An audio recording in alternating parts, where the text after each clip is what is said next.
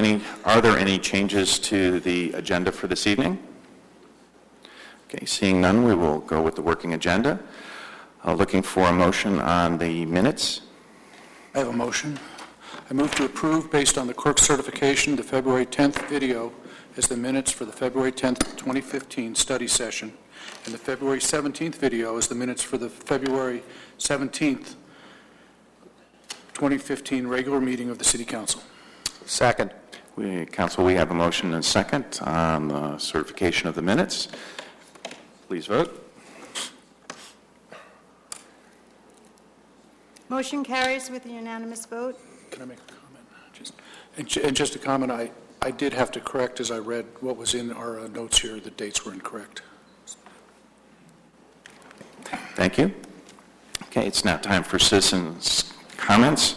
Unscheduled appearances are an opportunity for any citizen to express opinions or ask questions regarding city services, council policies, or other matters of community concern that are not part of the scheduled agenda. Generally, immediate response should not be expected. Typically, issues are referred to city staff for follow-up information or research and reported back to the council and the individual that initiated the comment or inquiry. If any citizen would like to speak during unscheduled public appearances, please complete a green citizen card located on the table at the entrance to the council chambers, and please provide the green card to the city clerk or leave it at the podium. Would anyone like to approach for citizen comments? Paul.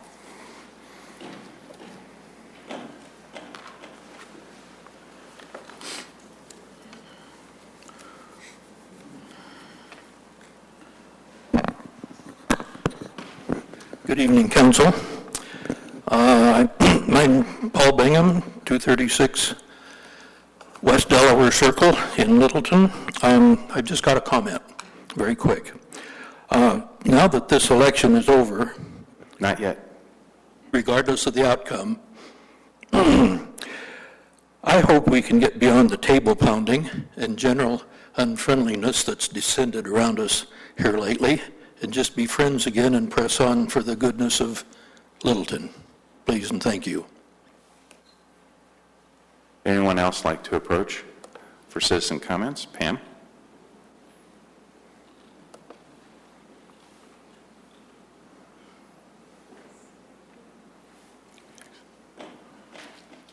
I'm Pam Chadbourne, and I live a couple blocks from here at Crestline in Nevada. I think what Paul said is a good thing, and I'd support that too, but tonight there's an item of general business, 15-051, motion not to renew the photo red light program contract, and I endorse that. I'm proud of our chief of police for acting on data, for collecting data about the performance of the red light cameras and whether they, in the first place, having an objective, having a goal, gathering data to see whether they accomplish that goal, finding that they do not, and then recommending a prudent and reasonable course of action based on data. That's excellent, and I want to see the city do that in more things. So, and in this particular case, I think red light cameras are intrusive. A general policy of surveillance before there's any question of guilt or innocence, whether it's by a government or a corporate or commercial entity or private entity, I think is offensive in America. I do think that there is a right to privacy, even if it's not in the Constitution explicitly. And I'm against red light cameras. So I'm glad that the chief is doing this based on data. I'm also glad because I think they're against American principles. So I hope that you vote for his motion. Thanks. Thank you. And sir, would you like to approach?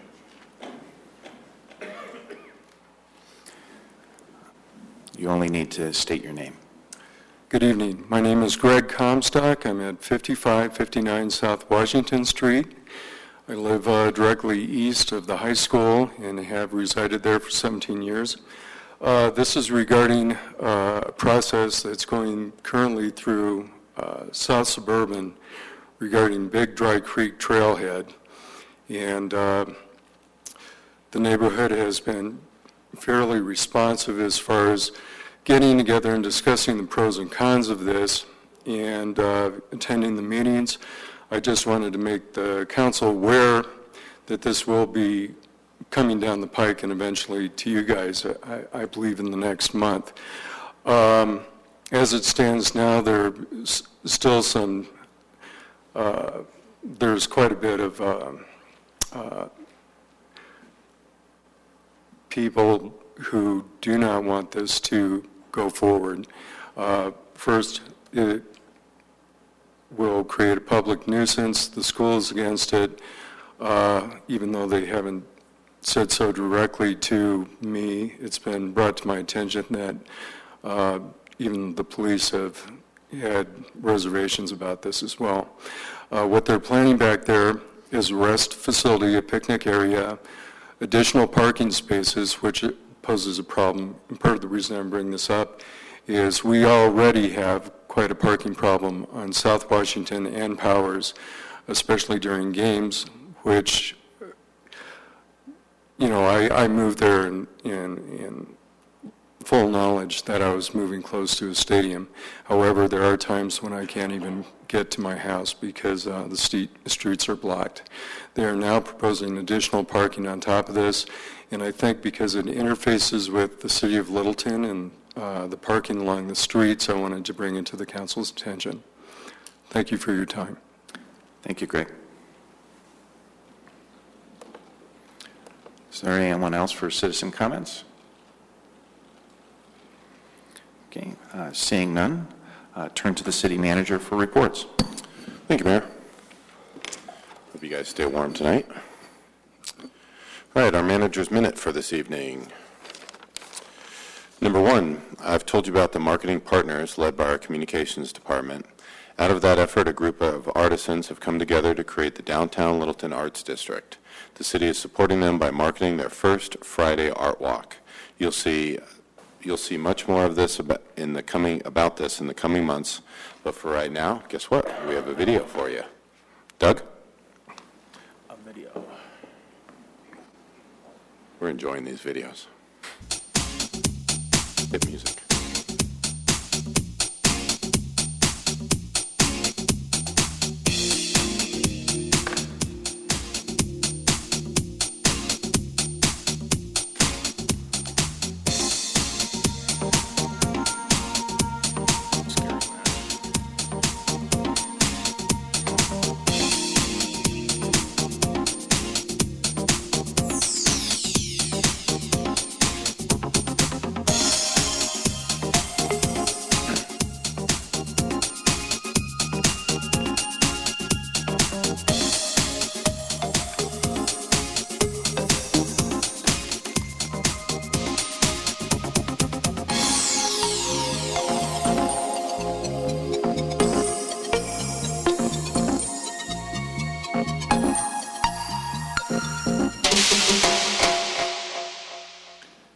That's May through August. Yes. And so this marketing partners group is about 30 businesses, not just from the downtown, but throughout the city that have been meeting for over a year now, led by Kelly and her staff, and it has been incredibly successful. I just, within the last couple of days and late last week, heard from 2 different members of that group about how great that is and progressive, forward-thinking. A lot of great stuff's coming out of it. A lot of it's just networking. From a personal business standpoint, these folks are enjoying it, but there's also items like this Art Walk that are tangible items coming out of it as well. So that is number one. Number two, I'm sure you noticed the new Littleton Permit Center when you came in tonight. You had to kind of walk around. You can't walk 4 abreast anymore. Its grand opening will be at 7 a.m. next Monday. We are pretty excited to create this one-stop shop. You know, this has been a dream of mine for many years, and so I'm incredibly ecstatic that we're going to be opening it. One-stop shop for citizens and businesses to expedite the approval process for construction and remodeling projects. And that also includes engineering permits, so it covers community development over the counter, it covers building permit, and it covers engineering over the counter. Staff has really, I think, wrapped their arms around this and owned it. They've done a lot of cross-training. They've been training all week for this. This was designed by the staff, the area out there. Got to appreciate the little colors above that are hanging above them, create some little change from the brickwork that's out there. So they're going to be open from 7 to 4, which should meet customer needs better than the standard 8 to 5, and we're going to track those hours, and employees are excited about that, I think, to get in and get started on this. So next Monday, we're going to be up and running. Number 3, the Finance Department is working with renowned economist Phyllis Resnick, who I believe you guys all know. She's come and spoken before you, probably several times, as a matter of fact, and a regional municipal finance team to construct a database for cities to compare sales and use tax throughout the year. Our finance director was volunteered for this project by somebody. You're very welcome. Number 4, more than 200 people attended the coin and currency appraisal fair at Bemis last month. The most valuable item appraised was a Lewis and Clark gold commemorative coin valued at $42,000. Number 5, all 7 candidates who took the written exam for fire lieutenant passed. 4 will be promoted to fill vacancies. Captain Tony Head has announced his retirement in April after 36 years of service. And as you know, I think we're going to be having more of these as they hit this 36, 40-year mark. Number 6, Town Hall Arts Center is getting rave reviews for its production of Next to Normal. The Denver Post gave it 3.5 out of 4 stars for a, quote, outstanding cast with voices clear as bells in their solos. And Westward said, quote, there's a lot to celebrate in this fully realized production. And I would add on that the Town Hall Arts Center has recently completed a 10-year vision. They did a huge amount of survey work. It's about a 3-inch binder. And Deputy City Manager Mike Broughton and I met with them today, and you will be seeing more information as we put together the asset management, because part of that partnership has some long-range capital investment that we're going to be looking at for future expansion space, rehearsal space for them, storage space, and administrative space that will be off-site, but are really limiting our ability to utilize that space and maximize its potential. There's nights that we could be selling tickets and having activities, but they have to use it for rehearsal. So if we can rearrange some of the stuff and reorient that space, we can bring a lot more vibrancy to the downtown Monday through Thursday for the most part. Number 7, Human Resources achieved the milestone of converting all inactive medical and benefit paper files to electronic and have started purging paper files. They'll continue the digital migration of other personnel files. Doesn't sound sexy, but it's been a long, drawn-out project, using a lot of staff and interns throughout the years. Number 8, the Communications Department is scheduling this summer's meet, greet, and eat and coffees with council. More details coming soon, but we're confirmed right now for coffee with council. And you don't have to write these down, we'll get them to you. May 14th from 7 to 9 at Starbucks in the Safeway store.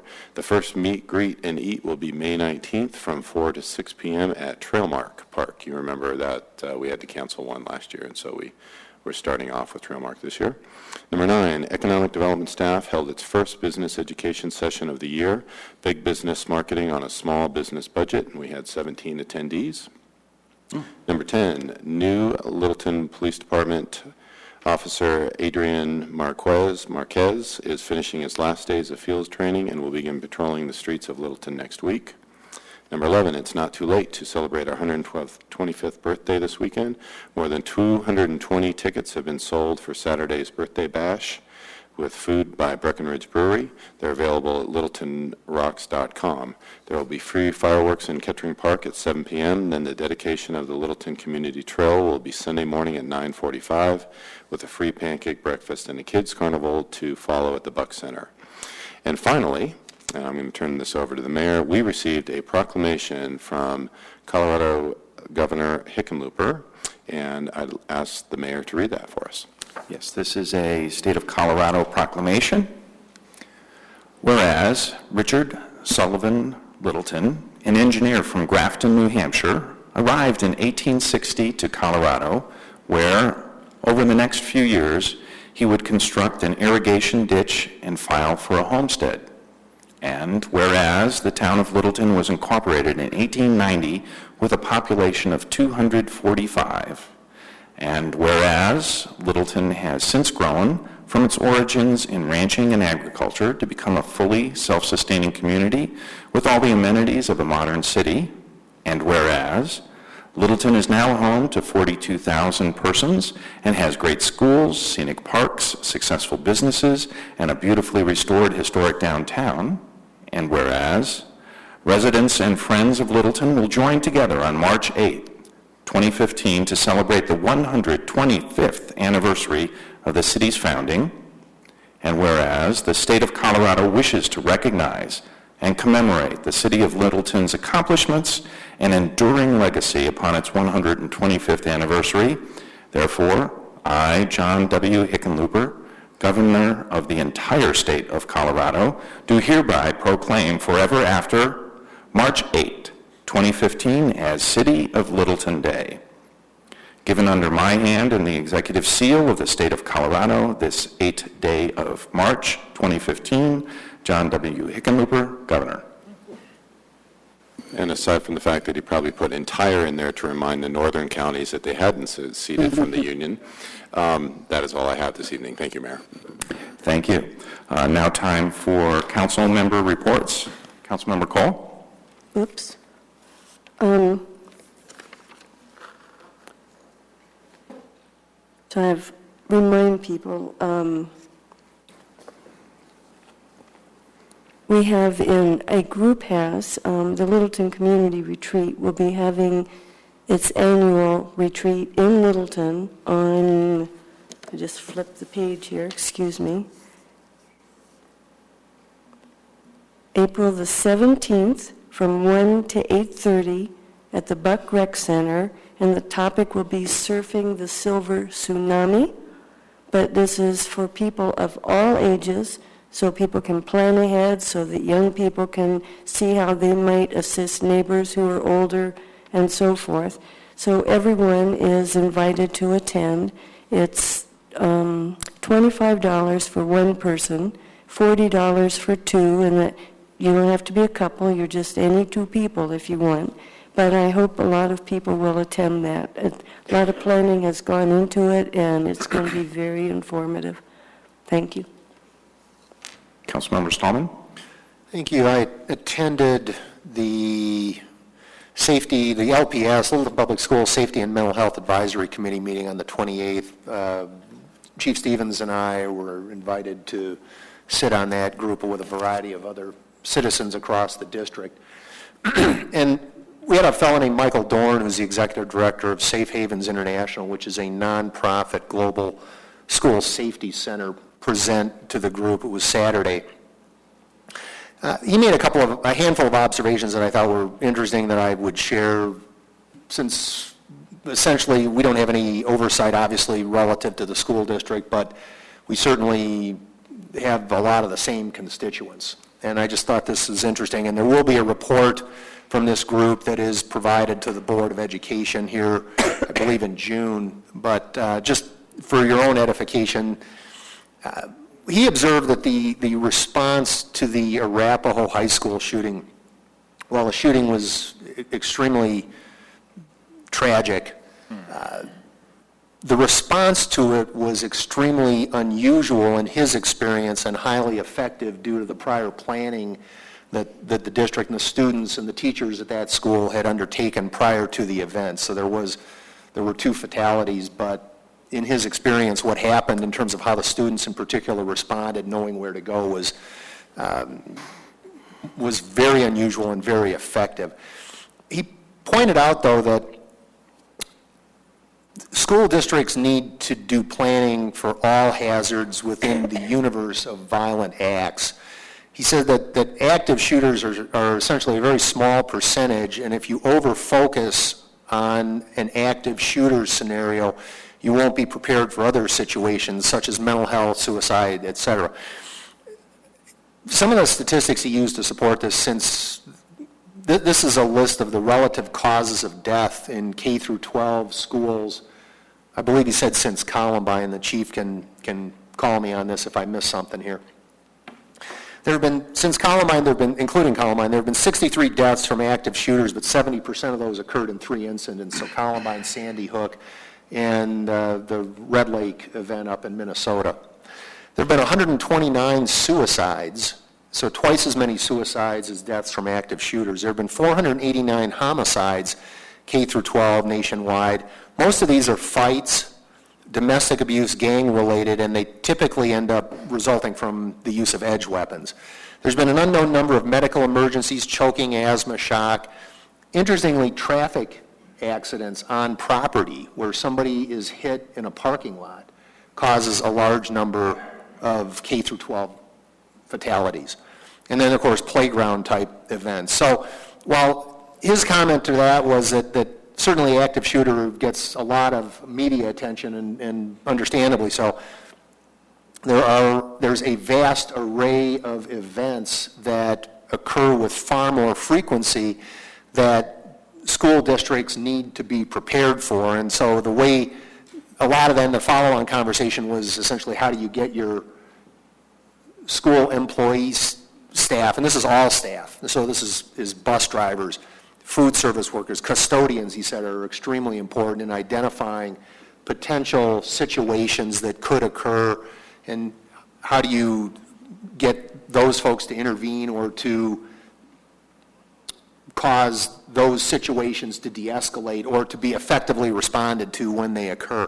So I'll stop with that, but I just thought some of those, there's an extremely interesting and broad amount of knowledge base being developed to help schools do this, and what this safety, the LPS Safety and Mental Health Task Force is doing is trying to distill all this information, compare it to what the school district has been doing, and make cognizant recommendations for things that might be improved with a group of people that are not directly affiliated with the school district, so that the community and the citizen base has some input to it.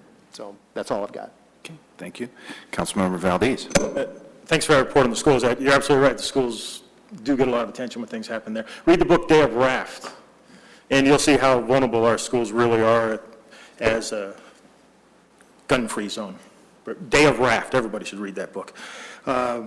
Thank you for the update on the 125-year celebration. For the folks that live in Aberdeen Village, there will be some explosions going on, so be prepared. Where are they going to be launched from?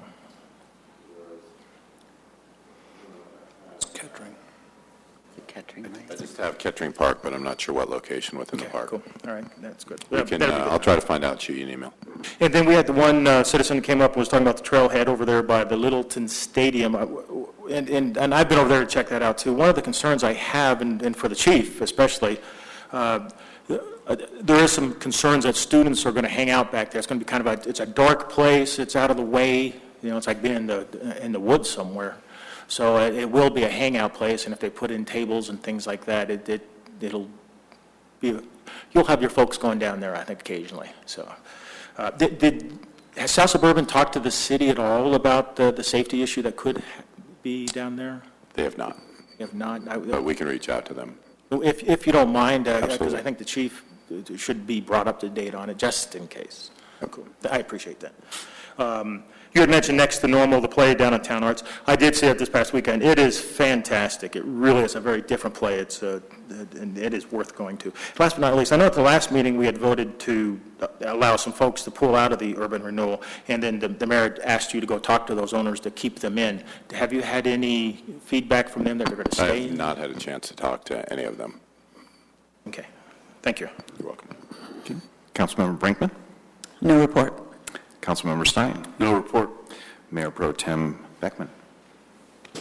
I do have just one comment. Yesterday, I visited the TLC Meals on Wheels and did a ride-along delivering the noon meals. I met the executive director, the staff, and all the volunteers over at the Ames Support Center where they work out of, and I was very impressed with what they have now for a facility. For those of us that have been around for a while, it's going on 50 years old, Meals on Wheels, and they started in the kitchen, literally, of the Bradley House in a very small space, barely able to manage it given the space, but it was a wonderful place to start. And at that time, Meals on Wheels served just pretty much the community of Littleton. Today, from the Ames Support Facility, they send out lots of volunteers. They have over 50 volunteers that work with Meals on Wheels, and they cover an area now which is 470 on the west, 470 on the south, just a little north of Hamden on the north, and I-25 on the east, tremendously large area. I got to meet about 20 citizens who were receiving the noon meals. They were very appreciative, and I was introduced as a council member to each of them, and they had an opportunity to talk with me. And to a person, they all love living in Littleton. Thank you, Bruce. Several items that I wanted to let council know. One is the Urban Land Institute had a webinar yesterday releasing their toolkit for building healthy places. It has a lot of comments about the built environment impacting health. I will send out both the slides and the toolkit via the city manager, so expect some of that.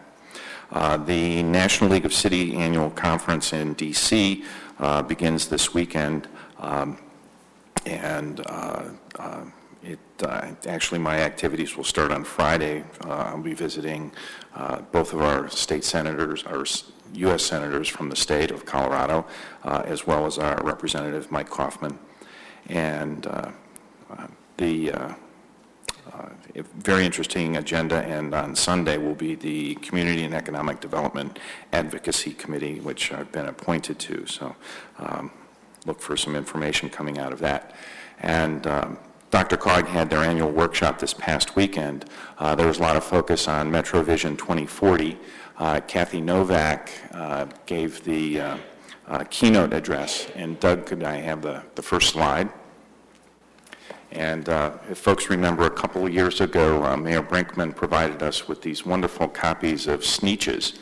And with that, Kathy went over that, and I guess there's actually a YouTube of the ZAX, that's Z-A-X, so anyone can look it up.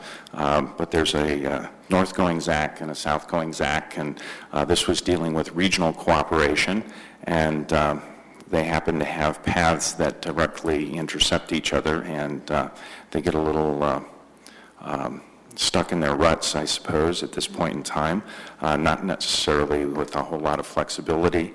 And then what happens, and Doug, if you could show the second slide, if you're not cooperative and collaborative, folks can actually build around you, and that's where the ZAC bypass occurred. So Kathy provided leadership according to Dr. Zeus, and for those folks that may not be aware, yesterday was Dr. Zeus's birthday, so Theodore Geisel on that. And some of the material, particularly with regard to Metro Vision 2040, which is a 5-year update from the 2035 plan, but it does impact some of the regional planning for the year, and I've at least circulated that document. I served on the ad hoc committees around economic vitality as well as housing, so if you have any of those. But tomorrow will be a significant discussion, actually, of those 2 chapters, so we'll be on the hot spot.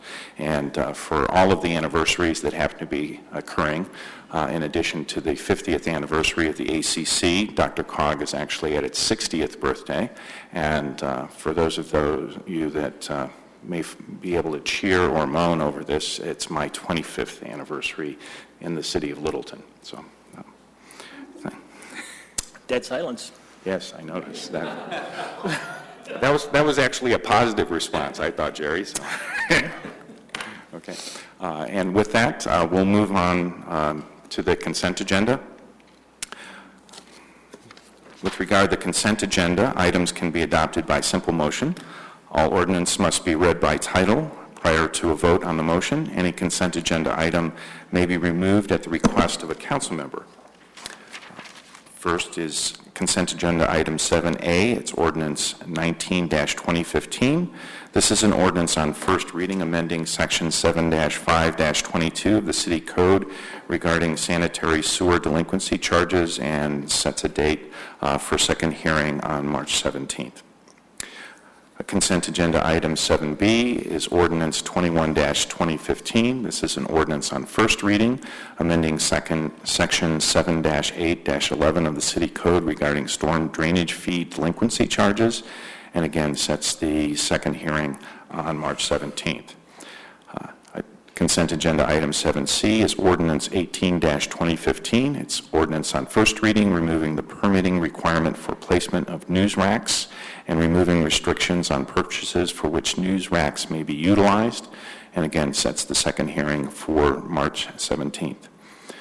Consent agenda item 7D is resolution 17-2015, resolution approving an intergovernmental agreement regarding contribution of Arapahoe County open space funds for Riverside Downs on the South Platte River. Consent agenda item 7E is ordinance 15-2015. It's an ordinance on second reading authorizing the transfer of ownership and open space property known as the Olson property to the South Suburban Park and Recreation District. I'm going to pull that. Okay, and that item is being pulled by Councilmember Brinkman. Okay. Council looking for a motion regarding agenda items 7A to 7D. Motion to approve consent agenda items 7A through D. Okay. Second. Council, we have a motion and a second. Please vote.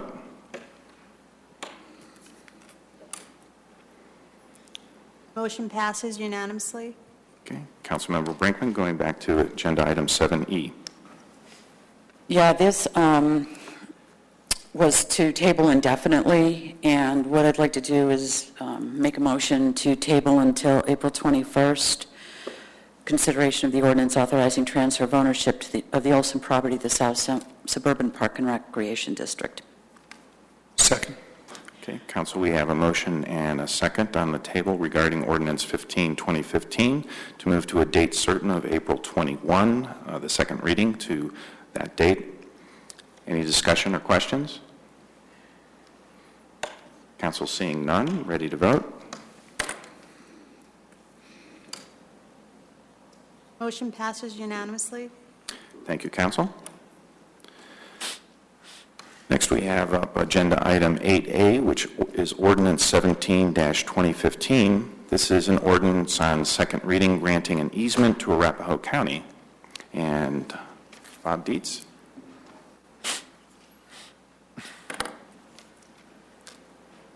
Thank you, Mayor, and good evening, Council. We have before you this evening a request by Arapahoe County for an easement on the city property at 5844 South Datura Street. The county owns the property next door at 5814, and when they built that building in 1974, they constructed a stairway to the basement of the building and extended it 2 feet onto the city's property. They had a survey, they're getting ready to sell the property, and they had a survey, improvement survey done of the property, and the surveyor said, we are encroaching on the neighbor's property with our stairway. The purchaser of the property would like to obtain an easement from the city, and that would enable them to maintain the access to their basement.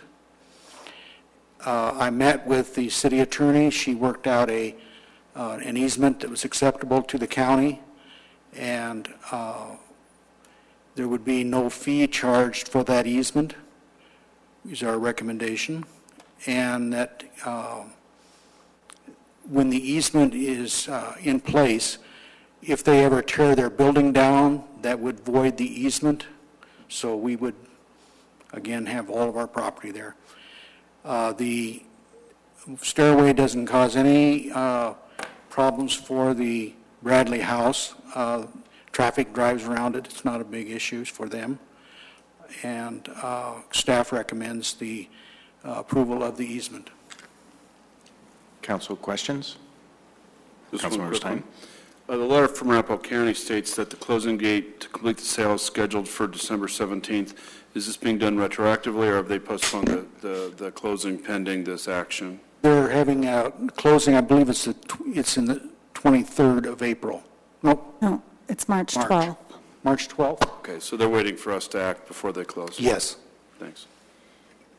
Councilmember Stallman. Just curious what happens if this isn't approved. Well, I think the purchaser of the property wants to have a title to that stairway so they can access the basement. No, I get that, but does the sale not happen if they don't get the easement? That I don't know. My guess is that it's a title exception for them. Say it again. It's a title exception for them, so they wouldn't have title coverage for that. And if there was some sort of defect in the title, the insurance wouldn't cover it. But I don't know. It might be a condition to closing, and it may. I haven't seen the purchase contract, but. Okay, thank you. And Bob, I have one question. Sure. With regard, we grant the easement so that they have access via the stairway, okay? Who handles the liability on the stairway? Sounds like a legal question to me. I'm looking at the agreement. I am sure that, looking to see.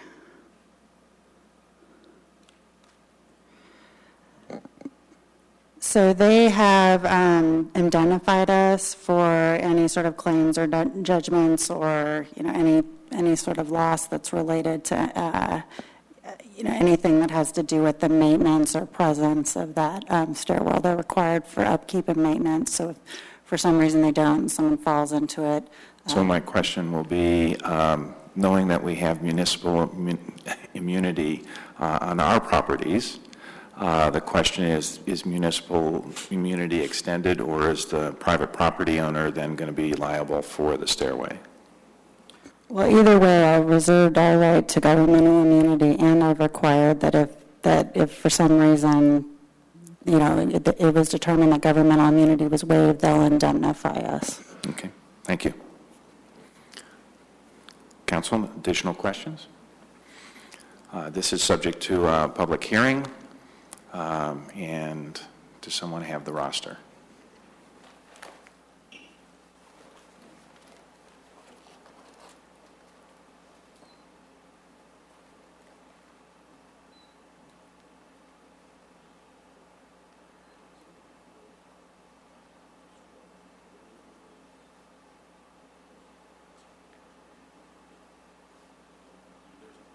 Okay, well, I will open the public hearing at 7:08. I don't have the roster in front of me, but would ask if anyone was either on the roster or would like to speak with regard this issue. Please come forward.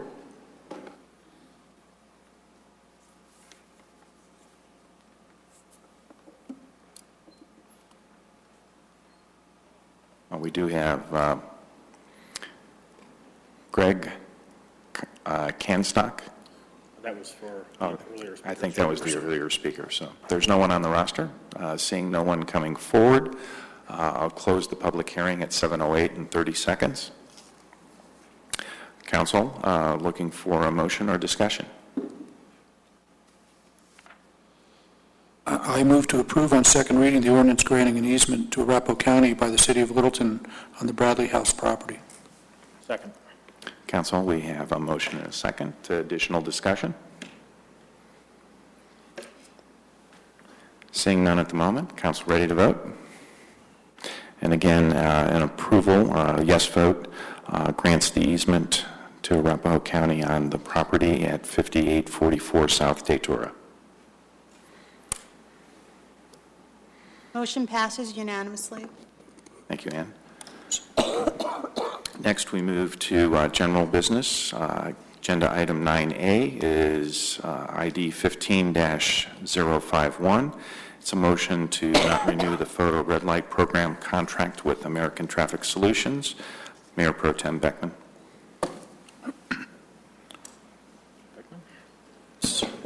Oh, Stallman, excuse me. No. Chief. Let's go with the chief first. Chief first. Thank you, Mayor. Good evening, Council. Doug Stevens, Chief of Police here in Littleton. So we do have a motion to not renew our long-term contract with our private vendor who supplies us with photo enforcement services. As you know, in 2009, the City of Littleton entered into the photo enforcement field with our first intersection at Littleton Boulevard and Broadway. And then in 2010, we expanded to 2 additional intersections, and in 2011, we added our final 2. We currently have 5 intersections within the city that are monitored by photo red light camera systems. Our current contract with the vendor ATS, which is American Traffic Solutions, they're based in Arizona, is coming up for renewal. It expires July 31st of this year. And it's our recommendation based on analysis of the data and some other intangible inputs that we not renew the contract, which would effectively end photo red light enforcement in Littleton at this time. It's our analysis that in looking at the data over the life of the program, we think it's been successful in a way and not as successful as we would have hoped in a way. What we have seen in analyzing the data over the life of the program is that we have seen at the 5 intersections injury accidents have decreased at 3 of the 5 intersections slightly. They've maintained fairly steady level at the other 2 intersections. Unfortunately, we've seen a higher rate of increase of non-injury accidents at 4 of the 5 intersections. So it's kind of a half dozen, I don't know what I'm trying to say. What I'm trying to say is it's mixed results. But one thing that has been very encouraging to us about the overall use of the photo red light systems is that we have seen a significant decrease over the last several years, a sustained decrease in the number of violations at the intersections. And by that, we've interpreted that to mean that, as you all know, that we believe that it's reasonable to believe a high percentage of our commuter traffic is through the city is commuter traffic or community residents that are driving the same routes to and from work or to and from the grocery store every day. They've learned over the years that these camera systems are in place, and they've modified their behavior, which was one of the original intents of the systems going in, is that we promote safer behavior. It was also to reduce accidents. And you can see that we see that based on the data, we have achieved that goal, that we have seen a significant decrease in citations and violations. On average, over the life of the program, we see anywhere from 15,000 to around 13 to 15,000 violations a year throughout the entire system.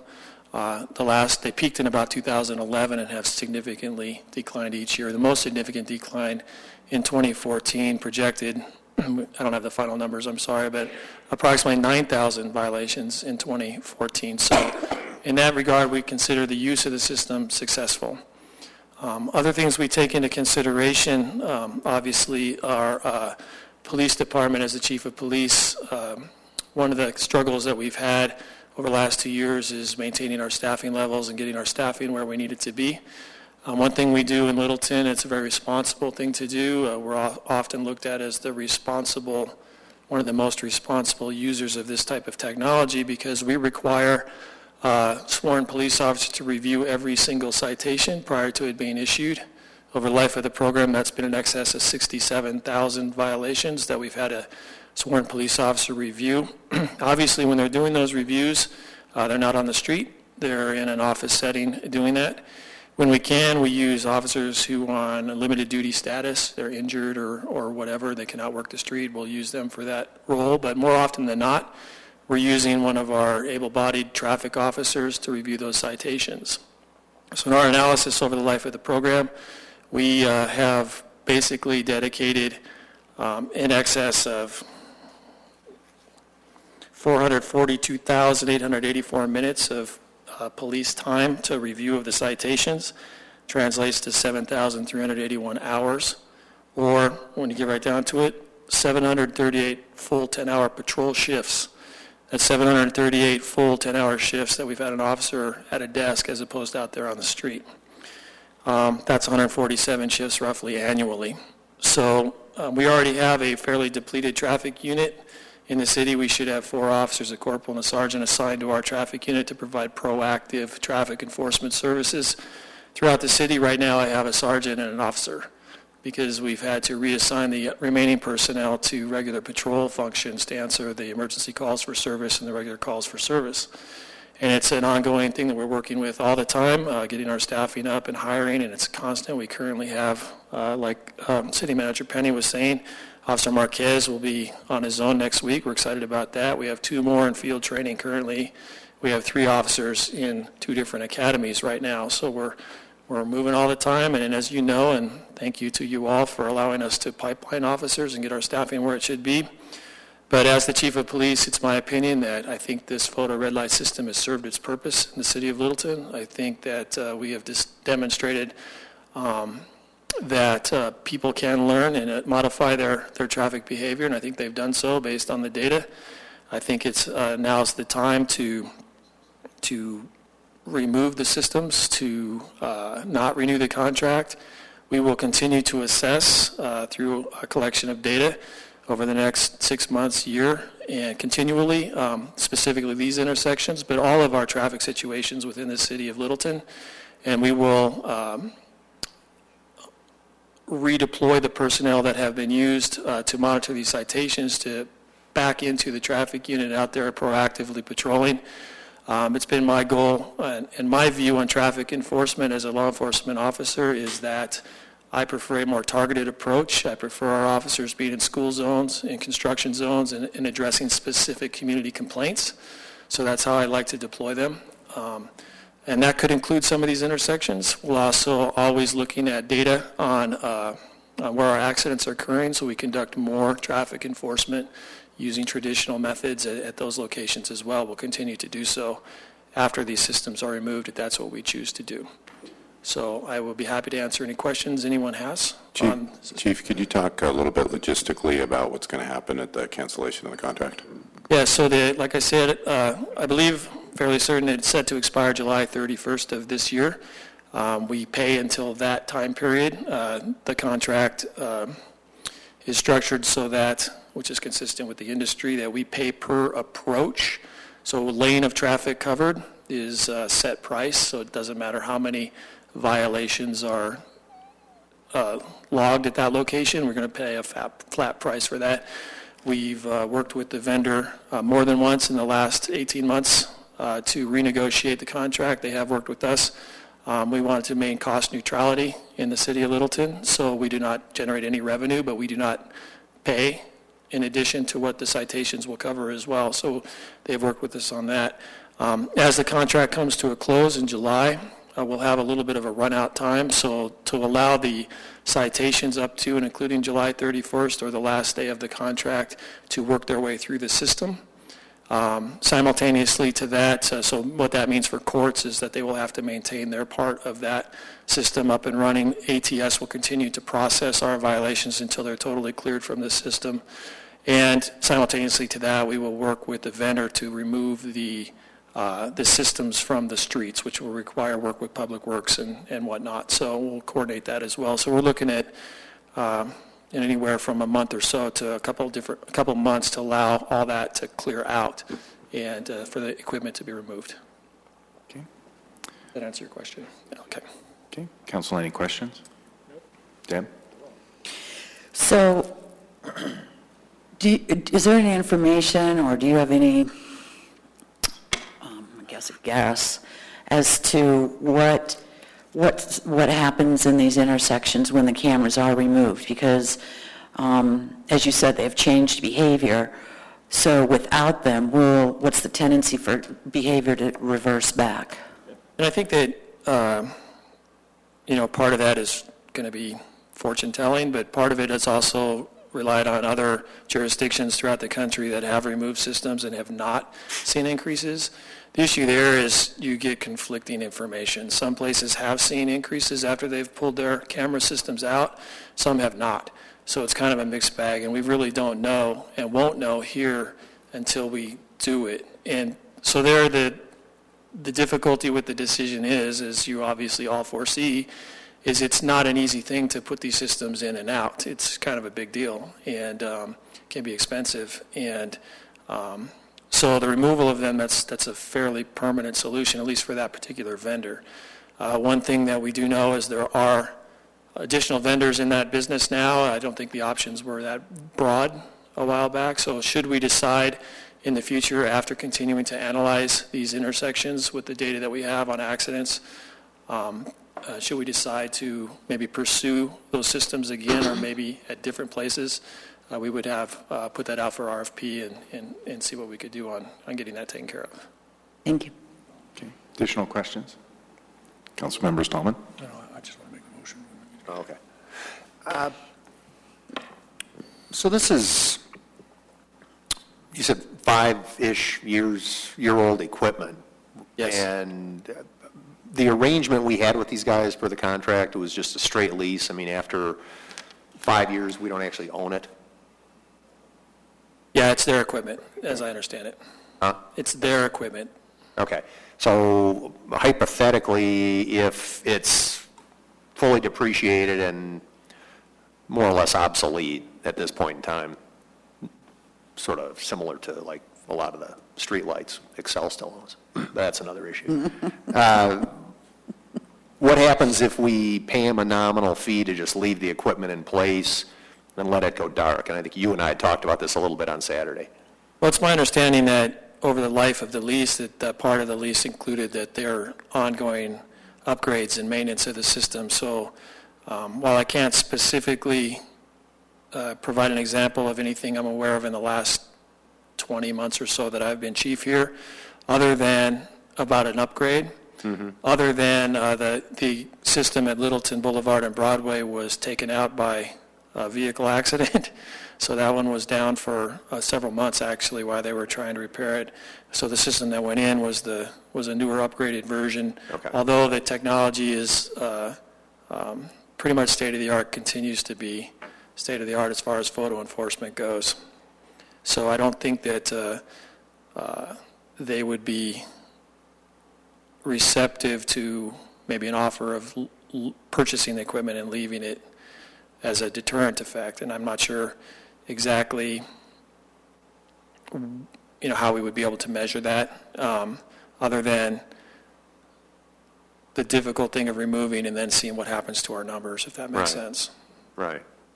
Okay. And I don't know that we want to set, if I may jump in, set a precedent by having the false cameras that are out there. I mean, we've all experienced that in different retail stores. I think the recommendation from us is that we cancel this contract and we remove these cameras. If council wants to have a separate conversation at some point about whether or not you want to have cameras again, we can be tracking the data. Obviously, we're going to be tracking the data.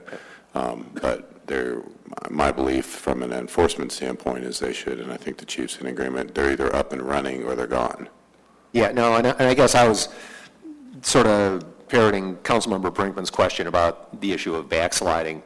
And to be clear, I was actually way more interested in the Littleton Boulevard Broadway intersection just because of the proximity of Littleton High School. The other ones I wouldn't necessarily go there. And I did speak with Superintendent Scott Murphy, and he did not. It was up to us. It was our recommendation to put them in the first place, not theirs. It wasn't their request, and so our removal. An interesting fact on the Littleton Boulevard and Broadway camera is we really only shoot the northbound to westbound turn there.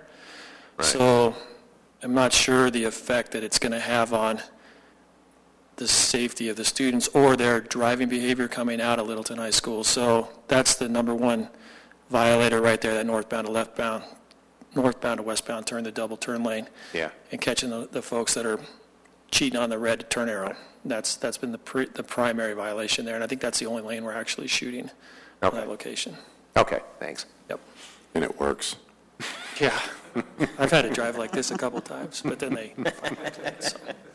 Councilmember Cole. Yeah, I have two separate kinds of issues. We did move some cameras from one location to another. Do we have any data on the effect of having done that? So a couple of things that we have done, at least since I've been here, and maybe before, but I think it's only been since I've been here because it's a little bit more than halfway through the program, is we've found locations where we believe that they weren't necessarily, and I think it was one location I can think of specifically where we moved the camera because we were going to move the camera, but it was cost prohibitive. So we renegotiated the contract on that particular camera because we were being charged a lot of money for the camera, but we weren't seeing many violations. So really the camera was not serving, it wasn't up to its full capacity to help us in that location, so we were able to renegotiate. We did discuss moving the cameras, and the vendor was very adamant about not wanting to do that because of the cost associated with doing it. So we were able to renegotiate. Yeah, maybe I'm just forgetting. I thought we did move maybe 2 over the course of all this, but that's not, I just thought if we did that we might have data on that. My other question is, given the officer time, the staff time, the shifts, and so forth, to look at the pictures, to review all of that, if we go ahead and end the contract, but at the same time just stop enforcing, can we not put those dudes back on the street right away? Yeah, I mean, we could choose to do that at any time. I mean, if we're financially obligated through the end of the contract, so which goes through July 31st. So whether we collect revenue from citations to offset the costs of that financial obligation, in order to do that, we have to serve the violations and they have to be paid. If the council chooses to not do that, I can certainly, with the help of courts and stuff, we can certainly just dismiss the citations or not serve them. But again, keeping in mind that I don't know what the financial cost to the city would be to do that. I was looking at, in terms of the discretion that you were talking about of being able to put folks back in more strategic places out on the beat or wherever. Yeah, it would be my intent that we continue to run the program as we have through its life.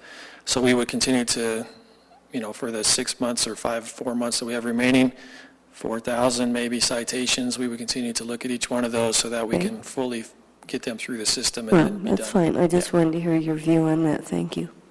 Okay. 3 comments, Chief, or at least clarifications. One is poster child with regard to enforcement and our process of working with the vendor and then having an officer actually review anything before citations went out was a good approach, I think, and was something that many of us could rely on, that it wasn't just a picture that was taken and a citation went out. So that was good.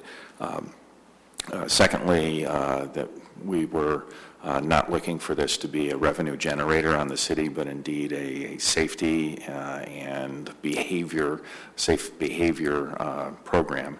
And number 3, looking, and I applaud the continued assessment for accidents, and I know that fits into all of your data collection systems and saying, okay, hey, how are things working? So yes, thank you with that.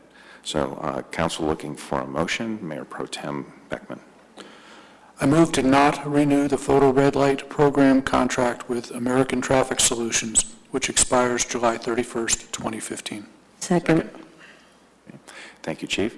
Council, we have a motion and a second. Any additional discussion? Okay. Seeing none, the yes vote is a motion to not renew the contract with ATS. A yes vote. Not renew. Yes means no. Yes means no. Motion passes unanimously. Thank you, Council. Thanks, Chief. And thank you, Chief. Next is general business item 9B. This is looking at our approval of authority boards and commissions appointments. I'm the one that will comment on this. I want to extend my appreciation to Council for the 3 evenings we spent last week, Monday, Tuesday, and Wednesday, and particularly appreciated our very thoughtful dialogue and discussion after the interviews with regard to the candidates that we have, and then the comment is there are still 3 vacancies that remain, and those will be posted again. But with regard to the applicants that we did have, we were able to accommodate one of their choices, and of course there were several folks that did not receive an appointment with this. So what I'd like to do is start off and make the motion, read the names. You want to comment? We do have one error. 2018 rather than 2017. No, 17 is correct. It's the one for, under planning board, Lynn Kruger. She's replacing an open spot, which is termed the 16th. 2016. 16. Okay. So, yeah, but Kurt Samuelson is correct. Actually, we had skipped him. He actually had a 4-year term. Oh, So okay. 17 is correct. Okay, got it. So it's that last one there would be 2018. Get it? Okay, it should be 2016 rather than 2018. Yeah, 'cause she's filling the vacant, which is expiring in 16. Okay. So thank you. With that, So we'll make that change then if you'd include in the motion.